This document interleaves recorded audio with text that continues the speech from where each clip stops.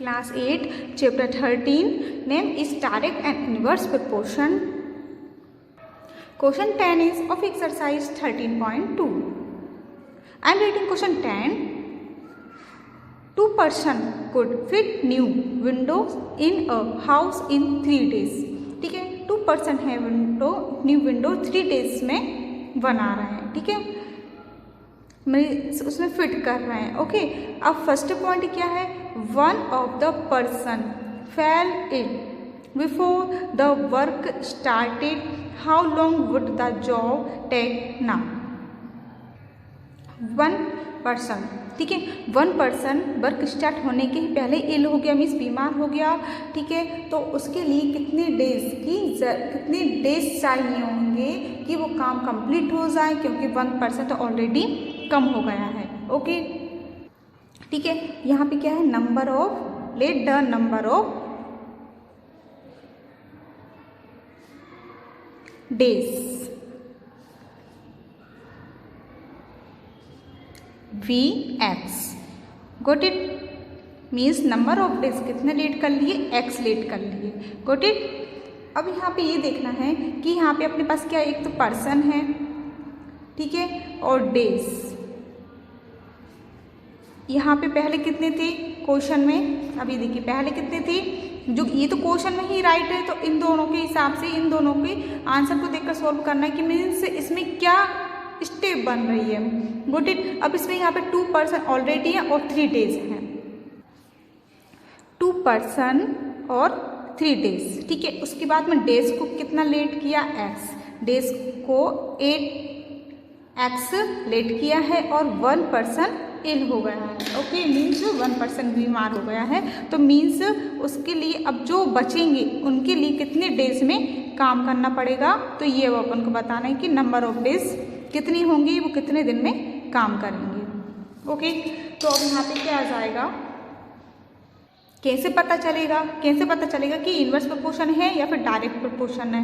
ठीक है, मैंने कंडीशन इसमें इंट्रोडक्शन में बहुत अच्छी तरीके से बताई हुई है, अच्छी तरीके से क्लियर किया हुआ है. अगर दोनों चीज़ें डिक्रीज होती हैं, दोनों इंक्रीज होती हैं, जब डायरेक्ट प्रोपोर्शन होता है, या 1 डिक्रीज 1 इंक्रीज होता है, ठीक है, और या फिर यहाँ पे पहले डिक्रीज हो और फिर इंक्रीज हो, तब क्या होता है? इन्वर्स प्रोपोर्शन होता है. ठीक है, ये कंडीशन है. तो अभी इसमें ये देखते हैं दोनों कंडीशन में से कौन सी कंडीशन बन रही है. ठीक है, क्योंकि दोनों के सोल्व करने के तरीके अलग अलग हैं. ओके, अब ये देखिए, अगर अपने यहाँ पर्सन कम हो गए हैं, ठीक है, अगर 2 पर्सन है 3 डेज में काम कर रहे हैं, और यहाँ पे अगर पर्सन कम हो गए तो ज़्यादा डेज लगेंगे, क्योंकि कम व्यक्ति जो होते हैं वो ज़्यादा दिन में काम कर पाते हैं. ठीक है, क्योंकि काम को, उस वर्क को करने में ज़्यादा टाइम लगेगा. अगर जितने ज़्यादा पर्सन होंगे तो उस वर्क को करने में कम समय लगेगा, क्योंकि सब मिलकर जल्दी जल्दी कर लेंगे.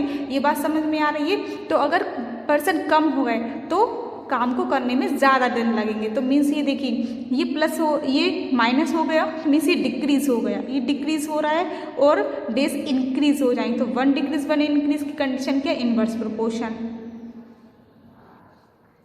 ओके, अब इसको सोल्व करने का तरीका क्या है? इन दोनों क्या करते हैं? Multiply. 2 multiply 3 is equal to 1 multiply x. ठीक है, 1 मल्टीप्लाई में है तो मल्टीप्लाई वाली कंडीशन क्या होती है? वो अपॉन में जाता है, तो इज इक्वल टू x. तो 1 कोई मीन्स ही नहीं होगा, तो कितना हो जाएगा? 3 2 जा 6 is equal to x. Means x is equal to 6 ही यहाँ पे आंसर आ जाएगा. तो कितने डेज लगेंगे यहाँ पे? 6. ठीक है, अब चेक करते हैं. यहाँ पे ये देखिए, मैंने बोला था ये डेज इंक्रीज हो जाएंगे, तो डेज 3 से कितने हो गए? 6 हो गए. Okay, this is answer. तो ये first point completed. Now second point is, अब देखते हैं second point. How many person would be needed to fit the window in 1 day? ठीक है, अगर 1 डे में काम करना होगा तो कितने पर्सन की नीड होगी? How many person. Let a number of person x. इसमें क्या फाइंड करना है? Number of person. ठीक है, सेम कंडीशन रहेगी अपने पास. अभी क्या है? पर्सन है. ओके, पर्सन और डेज है. ठीक है, जो क्वेश्चन में गिवन है 2 पर्सन है और 2 पर्सन 3 डेज ही क्वेश्चन गिवन है, ये तो एज इट इट रहेगा. अब फर्स्ट सेकंड पॉइंट पे क्या कंडीशन बन रही है? पर्सन को कितना लेट किया? x और 1 डे में काम करना है. तो इसकी तो क्या कर देंगे? इस तरीके से इसकी टेबल बना देंगे. ओके, तो अब ये बताइए ये कौन सा प्रोपोर्शन है। ठीक है, एग्जाम में आप लोग ये लिखा नहीं आएगा कि कौन सा प्रोपोर्शन है, डायरेक्ट है, इनवर्स है, आप लोग को समझना पड़ेगा। ओके, तो अभी देखिए 2% है। ठीक है, इन दोनों देखते हैं जो चीज़ गिवन होती है दोनों में वो अपन देखते हैं। तो 3 से डेज कम हो रहे हैं। ठीक है, डेज कम हो रहे हैं तो यहाँ पे परसेंट बढ़ जाएंगे। कॉमन सेंस लगाइए, अगर काम को जल्दी करना है, ठीक है, 3 डेज से वन डे में करना है, ठीक है, 1 डे में करना होगा तो ज़्यादा पर्सन की जरूरत पड़ेगी, तभी तो जल्दी कर पाएंगे काम। ओके, मीन्स 2 से और ज़्यादा हो जाएंगे। तो यहाँ पे कैसे पता चले, जो भी आंसर आएगा तो उससे अपन चेक करेंगे कि ज़्यादा पर्सन आएंगे तो अपने आंसर राइट है।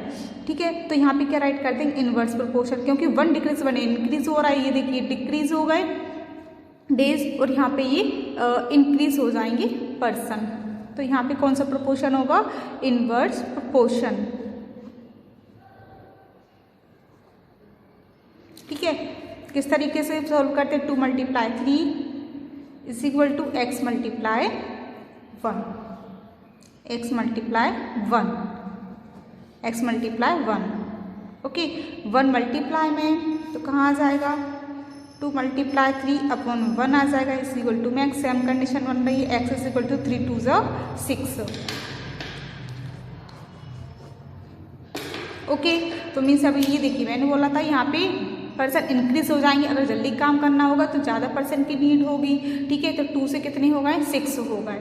Okay, second point completed and question 10 completed. Now 11th question is A school has 8 periods a day, each of 45 minutes duration. How long would each period be if the school has 9 periods a day?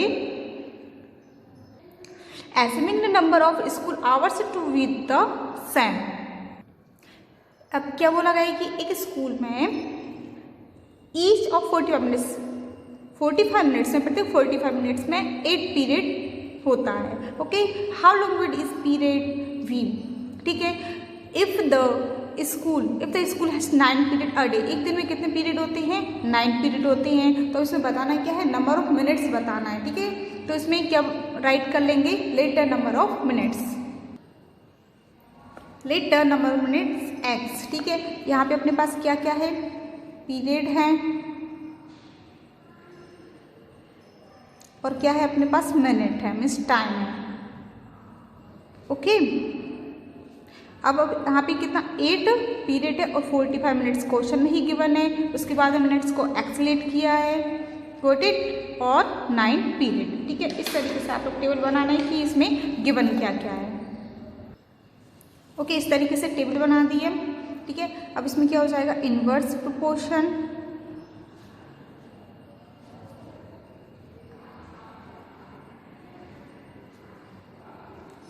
तो अभी देखिए 8 से 9 period, अगर 9 period लगाए जाएं, अगर 9 period, अब क्या है कि अब 8 पीरियड 45 मिनट्स में हो रहा है, अगर 9 पीरियड्स लगाए जाएं, अगर पीरियड मीन्स और बढ़ जाएं, ठीक है, 8 पीरियड से अगर आपके स्कूल में 9 पीरियड्स लगाए जाएं तो कम कम मिनट के लगेंगे।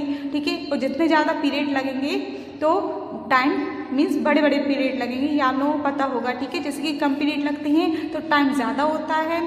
ठीक है, और पीरियड जैसे कि बढ़ा दिए जाएं, 8 से 9 हो गए, ठीक है, तो टाइम कम हो जाएगा ना, तो कम कम पीरियड लगेंगे, मीन्स कम कम टाइम में पीरियड लगेंगे। तो टाइम यहाँ पे क्या हो रहा है, पीरियड इंक्रीज हो रहे हैं और टाइम डिक्रीज हो जाएगा। ओके, अगर 1 डिक्रीज 1 इंक्रीज होता है इनवर्स प्रोपोर्शन। तो अपन सोल्व करते हैं, 8 × 45 is equal to 9 × x।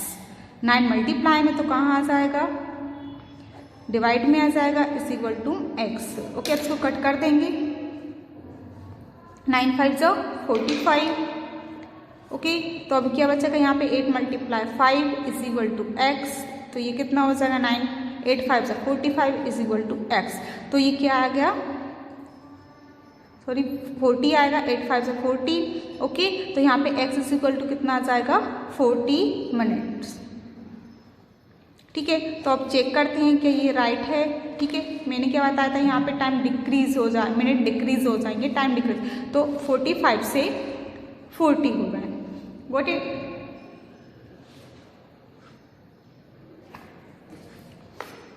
Question यहाँ पे मैं 10 राइट कर दिए, तो ये कौन सा क्वेश्चन है, 11th क्वेश्चन है।